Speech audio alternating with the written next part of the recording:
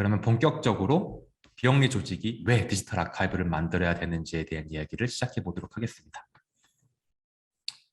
우선 가장 기초적으로 아카이브가 뭔지, 디지털 아카이브가 뭔지에 대한 얘기를 해볼 거예요. 첫 번째로는 기록에 대한 설명을 드리려고 하는데, 기록이 뭘까요? 기록이란 말을 우리는 되게 평상시에 많이 쓰고는 하는데 실제로 어디서부터 어디까지 기록으로 봐야 되지? 라는 고민들이 많이 드실 겁니다. 어, 좀 원론적인 얘기를 좀 설명드릴게요. 기록이란 개인이나 조직이 활동이나 업무 과정에서 생산하거나 접수한 것으로 일정한 내용, 구조, 맥락을 가집니다. 기록학 용어 사전에서 가져온 내용인데요. 좀 어렵죠. 그래서 뭐 가장 기초도는 아이템이다, 그걸 뭐고 처리된다, 건이 된다라고 볼 수 있지만 더 쉽게 설명을 드릴게요. 그래서 기록이란 활동의 결과물이라고 표현할 수 있습니다. 우리가 개인이든 조직이든 간에 우리는 누구나 어떤 활동을 하게 됩니다.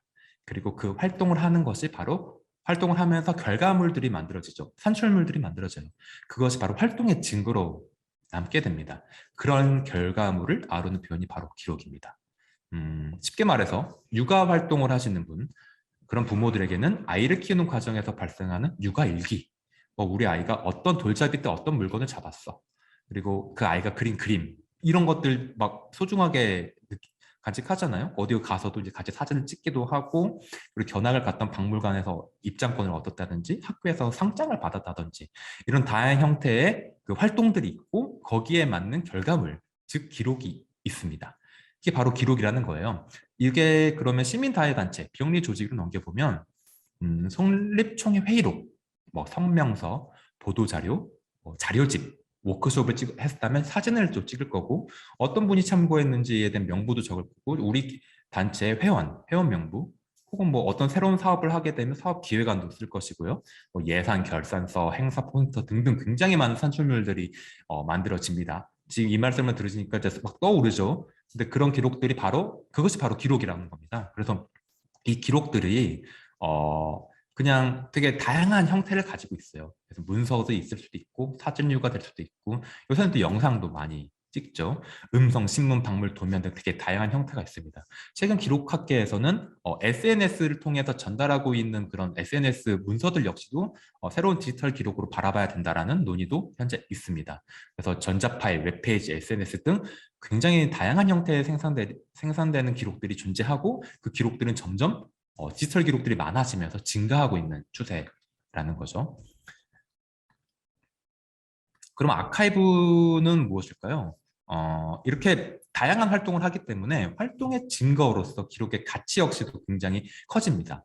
그래서 이 기록은 기록을 바탕으로 일어났던 활동들을 재현할 수 있는 힘이 있다고 저희는 믿는데요. 그래서 기록과 기록 간의 관계를 통해서 주장하는 역사를 넘어서 증명하는 역사로 바꿀 힘이 바로 기록이 가지고 있다 라고 생각을 하고 있습니다. 전통적으로 기록은 그런 힘을 가지고 있었고, 그렇게 했기 때문에 기록의 중요성들이 그동안 뭐 많이 주창되었던 것이죠.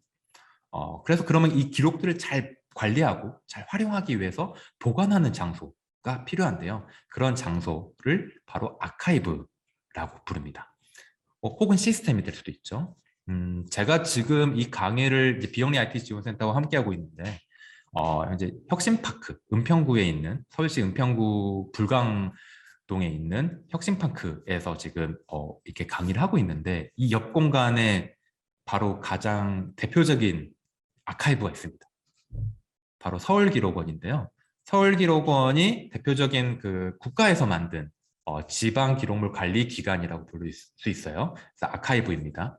서울기록원은 무슨 일을 하냐면요. 뭐 혁신판크를 아마 여기 가끔씩이나마 자주 오시는 분들이 계실 거라고 생각하시는데, 대체 저긴 뭐 하는 공간이지? 라고 생각하실 건데, 바로 아카이브고요. 이 공간에서는 그 서울시에 속해 있는 지방자치단체 지역구들이 있죠. 여기는 은평구, 강서구, 양천구, 강남구 수많은 23개구인가요? 23개구인지 25개구인지 헷갈리는데 그런 지역구들이 있습니다. 그 지역구들이 다 행정기관이고 공공기관이죠. 그 외에도 굉장히 다양한 시설들이 있고요. 그 서울시에서 만들어진 기록들, 행정기록들이 굉장히 많습니다. 그 행정기록들이 이제 각각의 지자체에서 보관이 되다가 어느 시기가 지나면 이관이라는 절차를 하게 되는데, 그 이관을 하게 돼서 이제 영구히 보존을 해야 되는 가치 있는 기록들이 있을 거예요. 그런 기록들을 바로 보관하고 보존하는 장소가 바로 서울기록원입니다. 네, 확 오시나요? 이게 안 오실 것 같으면 한번 언제 한번 서울기록원을 혁신파크 오신 김에 들려보세요. 아, 이곳이 아카이브지구나 라고 느끼실 수 있을 만한 그런 설명과 그리고 전시들이 이제 이루어져 있습니다. 장소적인 측면에서 아카이브를 바로 이제 서울기록원이라면 이것을 웹을 통해서 인터넷을 통해서 검색처에 할 수 있는 시스템을 바로 디지털 아카이브라고 부릅니다. 이 역시도 웹에서 인터넷 공간에서 어느 한 곳에 공간을 차지하고 있는 공간이고 다양한 기록들을 관리하고 활용할 수 있게끔 도와주는 그런 시스템을 갖추고 있죠. 이런 디지털 아카이브나 아카이브즈를 가지고 있으면 기록을 활용해서 다양한 것들을 좀 할 수 있어요. 그래서 뭐 조직의 역사와 가치를 설명하는 온오프라인 전시도 기획할 수 있고요. 기록을 바탕으로요. 그리고 뭐 기록집 혹은 뭐 백서와 같은 편찬 사업도 기록을 통해서 할 수 있습니다. 그리고 기록을 통해서 조직의 내외부 대상으로 하는 교육도 뭐 만들 수 있고 기록을 통해서 할 수 있는 일은 굉장히 많고 기록의 가치는 무궁무진하다는 거죠. 이렇게 설명을 드리면 많은 분들이 이런 질문을 또 하세요. 그래, 아카이브가 뭔지 대략 알 것 같은데 그럼 도서관이랑 박물관이랑은 뭐가 달라요? 비슷한 것 같은데요? 제가 얼마 전에 갔던 미술관에서도 혹은 박물관에서 아카이브라는 이름을 달고 어떤 뭐 전시를 하던데 뭐 비슷한 거 아닌가요? 네, 비슷할 수 있죠. 모두 지식과 정보를 담고 있는 무엇인가를 보존, 관리, 활용하는 측면에서는 아카이브, 도서관, 박물관이 다 같은 공통점이 있습니다. 그런데 목적이 달라요. 목적이 다르기 때문에 그 관리 대상, 방법, 활용 방법에 이제 차이점이 있습니다. 도서관은 도서와 간행물을 관리의 대상으로 삼습니다. 그래서 도서관 다 가보셔서 아시겠지만 도서관은 수많은 책들을 정리하기 위한 분류 체계가 있어요. 바로 십진 분류 체계라는 도서 분류 체계인데 뭐 장르별로 있고 그리고 뭐 가나다순 그리고 숫자별 이렇게 있죠. 그게 바로 십진 분류 체계입니다. 그래서 거기에 맞춰서 도서를 잘 관리하는 목적으로 운영하고 있는 곳이에요. 박물관은 쉽게 말하면 땅 파서 나오는 것을 보관하는 곳입니다. 그래서 역사, 고고, 과학, 예술, 자연과학, 민속 등 굉장히 다양한 분야의 자료를 한데 모아서 정리하고 보존하고 연구하는 그런 공간이죠. 그리고 대부분 그런 박물들이 박물관의 수장고에 위치하다가 어떤 특정 시기에 도래해서 뭐 기획 전시 혹은 상설 전시를 통해서 바깥에 내놓아서 자 이렇게 여러 가지 박물들이 있습니다라고 전시하는 공간이 바로 박물관입니다. 그런데 아카이브는 조금 달라요. 아카이브는 뭐 일전에 방금 말했듯이 기록은 활동의 결과물을 총체적으로 이루는 말입니다. 그래서 우리 무엇보다 아카이브는 기록을 관리의 대상으로 삼아요. 그래서 기록을 관리하고 활용할 때 해당 기록이 어떤 활동의 결과물로 생산되었는지가 굉장히 중요한 관리 기준이 됩니다. 무슨 말이냐면 세상의 모든 조직의 활동은 다 제각각 달라요. 같아 보이지만 사실 다 다른 활동들을 하고 있습니다. 그렇기 때문에 관리 기준 역시도 조직별로 다 다를 수밖에 없어요. 예를 들면 은행 같은 경우에도 다 같은 일을 하는 것 같지만 A은행과 B은행의 기록 분류 체계는 다를 수밖에 없습니다. 그 조직의 문화도 다를 것이고요. 조직의 관리하는 방식, 문서를 정리하는 방식, 그리고 중요하다고 생각하는 것도 조금씩 다를 거예요. 그렇기 때문에 거기에 맞는 분류 체계가 다 다를 겁니다.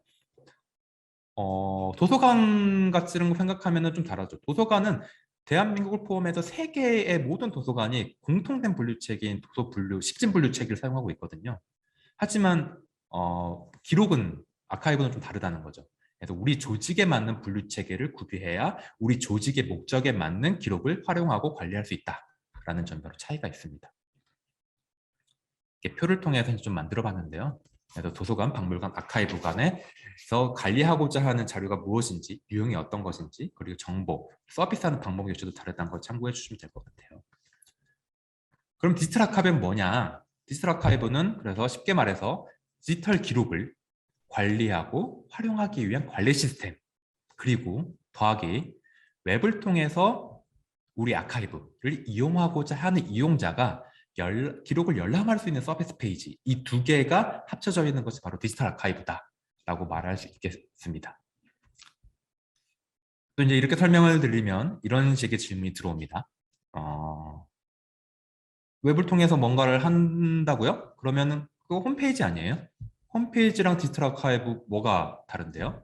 네, 공통점이 있죠. 홈페이지와 디지털 아카이브가 온라인 공간에 서비스를 한다는 공통점이 있습니다.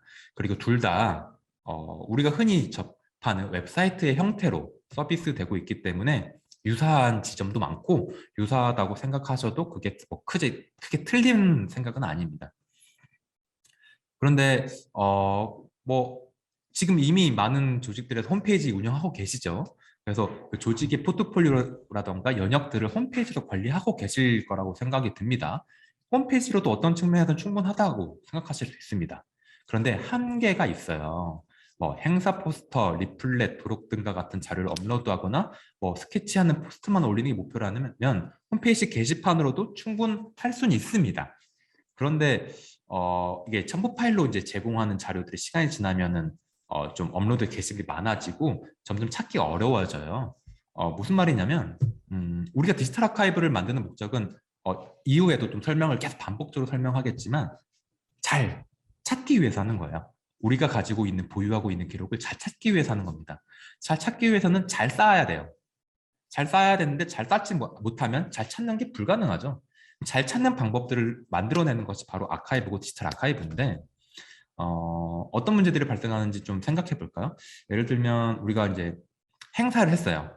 뭐 우리 조직이 10주년 혹은 20주년 기념을 발이 돼서 어떤 큰 행사를 벌여서 뭐 전시를 할 수도 있고 이벤트를 할 수도 있고 뭐 되게 다양한 행사들을 할 수 있습니다. 그래서 행사를 하니까 중요한 행사를 하니까 사진을 막 찍어요. 사진을 막 찍습니다. 그래서 좋은 카메라 들고 와서 사진을 막 찍습니다. 좋아요. 여기까지는 좋습니다. 왜냐하면 사진 찍는 행위도 매우 중요한 기록 행위니까요. 근데 그 다음은 어떻게 하세요? 사진을 찍었는데 그 다음은 대부분 그 디지털 카메라 혹은 핸드폰 안에 그 사진이 고스란히 담겨 있습니다. 어디 컴퓨터에 뭐 복사하거나 뭔가 좀 뭐 백업하면 좋은 일이죠. 하지만 생각보다 많은 경우가 그냥 내 카메라 안에 담겨 있어요. 네. 그럼 내가 나 혼자 보기 위해서 만들어진 게 아니죠.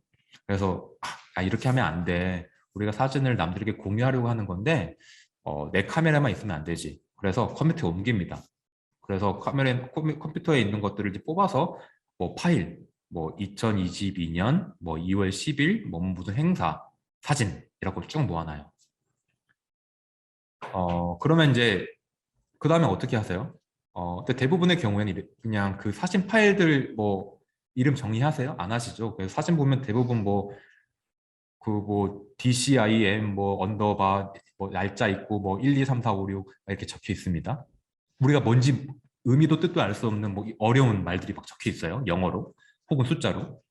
뭐 그때는 알겠죠. 그때는 뭐 지금 어제 행사했던 사진을 찍은 거서 올린 거니까. 근데 한 3개월이 지납니다. 혹은 1년이 지났어요. 야, 우리 그때 작년에 했던 사진 있잖아. 그거 어디에 있지? 어디 있을걸요? 그 어디 있는데? 한번 찾아볼게요 했더니 그 비슷한 행사의 폴더리 엄청 많아요. 그리고 카메라 사진들이 엄청 한 곳에 모여 있어요. 그곳에서 작년에 사진 찾는 거 굉장히 어렵습니다. 누가요? 내 찍은 사람도요. 근데 하물며 이 행사에 참여했던 누군가가 내가 찍혔던 사진, 이 행사가 참여했던 사진, 혹은 이 행사에 참여하지 않았던 사람들이 이 행사가 어떤 행사였는지 궁금한 사람이 과연 사진을 볼 수 있을까요? 없죠, 어렵죠. 그래서 이제 그분들에게 그래?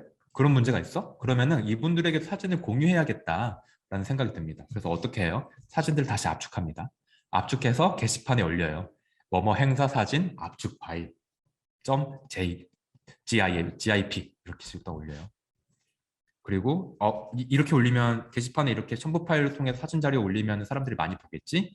그러면 이제 한두 달 지나서 조회수 뭐 3, 5, 10 이 정도밖에 기록되지 않죠. 이게 현실적으로 많은 경험을 하셨을 겁니다. 당연합니다. 왜냐하면 그분들이 잘 이용하게끔 이용자를 위해서 어떻게 사진을 분류하고 보여줄 것인지에 대한 고민이 부족했기 때문이죠. 이게 바로 이제 홈페이지가 가지고 있는 게시판, 홈페이지를 통해서 자료를 정리하고자 하는 목표의 좀 한계가 있어요. 그래서 검색과 탐색 기능이 약하다면 더 어려울 것이고요. 실제로 우리가 우리의 자료를 보여주기 위한 역할들을 잘 수행하지 못하는 거죠. 디지털 아카이브는 그런 것들을 잘 수행할 수 있게끔 도와드리는 시스템이라고 생각하시면 됩니다. 그래서 세부적으로 살펴보면 서비스 목적, 이용 대상 서비스 하는 정보와 유지 관리 방법의 차이가 있어요. 그래서 홈페이지는 조직이나 단체 활동을 소개하고 홍보하는 목적으로 많이 만듭니다. 그래서 대부분 이 홈페이지는 일반 시민, 해당 조직의 구성원, 이해관계자 이런 단체 활동의 진행 사항을 알고 싶어하는 사람들을 대상으로 제공을 하고요. 그래서 한번 홈페이지를 만들어 놓으면 큰 어떤 일이 있지 않은 이상 자주 업데이트하지 않아요. 왜냐하면 우리가 궁극적으로 전달하고 싶어하는 우리 조직의 성격, 우리 조직이 무슨 활동을 하는지에 대한 소개는 홈페이지 이미 다 있기 때문에 업데이트하지 않아도 되죠. 그래서 홈페이지도 충분합니다. 그런데 이거 말고 우리가 어떤 활동들을 하고 있는지에 대한 기록을 전달하는 목적으로서는 계속 업데이트를 해야 된단 말이죠. 그리고 잘 보여주는 방식들을 고민해야 돼요. 그런 방식으로는 홈페이지가 한계가 있다는 겁니다. 그래서 홈페이지 경우에는 활동 정보, 현황 등을 공유하는 반면에 아카이브는 우리가 조직에서 혹은 단체에서 수행하는 수많은 활동들에서 생산되는 활동 결과물, 기록, 즉 기록을 원자료로서 보여주면서 이것을 또 혹은 원자료를 재구성한 기록 컨텐츠를 서비스하는 데에서 큰 차이가 있다고 보면 됩니다. 유지 관리하는 방법도 달라요. 그래서 홈페이지는 한번 제작 후에는 뭐 목적 조직도가 변하기 전까지 같은 컨텐츠를 유지하는데 기록은 아카이브는 계속 업데이트가 된다고 설명을 드렸죠. 그렇기 때문에 더 많은 손이 가요. 그래서 유지 관리를 하거나 서비스를 하는 참여에 훨씬 더 많은 손이 갑니다. 그래서 그 관리하는 방법 역시 좀 다를 거예요. 그래서 어떻게 우리가 보여줄 것인지에 대한 고민도 많이 해야 되는데 홈페이지보다는 디지털 아카이브가 더 많은 고민들이 필요한 영역이다 라고 설명을 드리겠습니다.